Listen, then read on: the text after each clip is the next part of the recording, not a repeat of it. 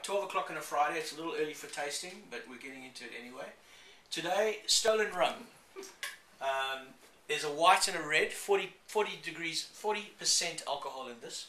The story behind this is these are the two guys who they created a vodka called 42 Degrees Below in New Zealand and sold it for quite a successful sale and moved to the Caribbean. And as a result of their time in the Caribbean, they've now produced a Trinidadian rum in gold and white. So we're going to have a quick look.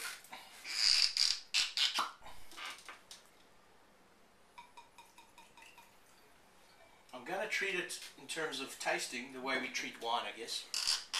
Well, I just don't know any better. I don't know if you expect it to.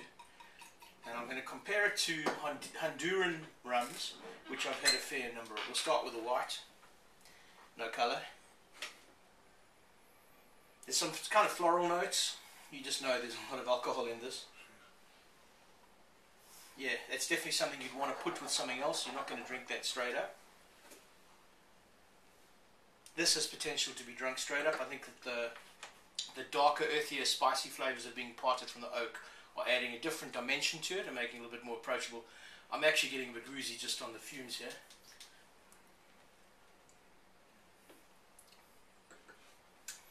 Tell you one thing it isn't is any kind of Bacardi / commercial rum that I've ever tasted in my life. The texture is amazing. It's thick and viscous. It's thicker and more dense than any kind of whiskey I've ever had before. And in terms of texture or mouthfeel, I'd say it's like drinking one of those huge, massive Barossa Shirazes in terms of just how dense it is. And it's actually not bad just as that is on its own. I would put it over ice or anything like a cider or an elderflower cordial, any of those kind of things. I think would be fantastic.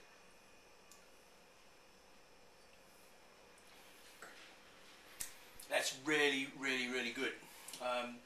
The things you always look for in cheaper spirits are the things that upset you and force you to use mixers with them are not in this. This is something that's actually so pure and clean and soft. There's no edges to it. There's nothing abrasive about it.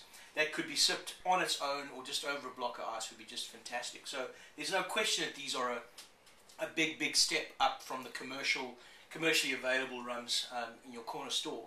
And we'll just have a look at the awards and we'll have a look at the pricing. But I think it's well worth considering as an adjunct to your wine cellar. Thanks a lot.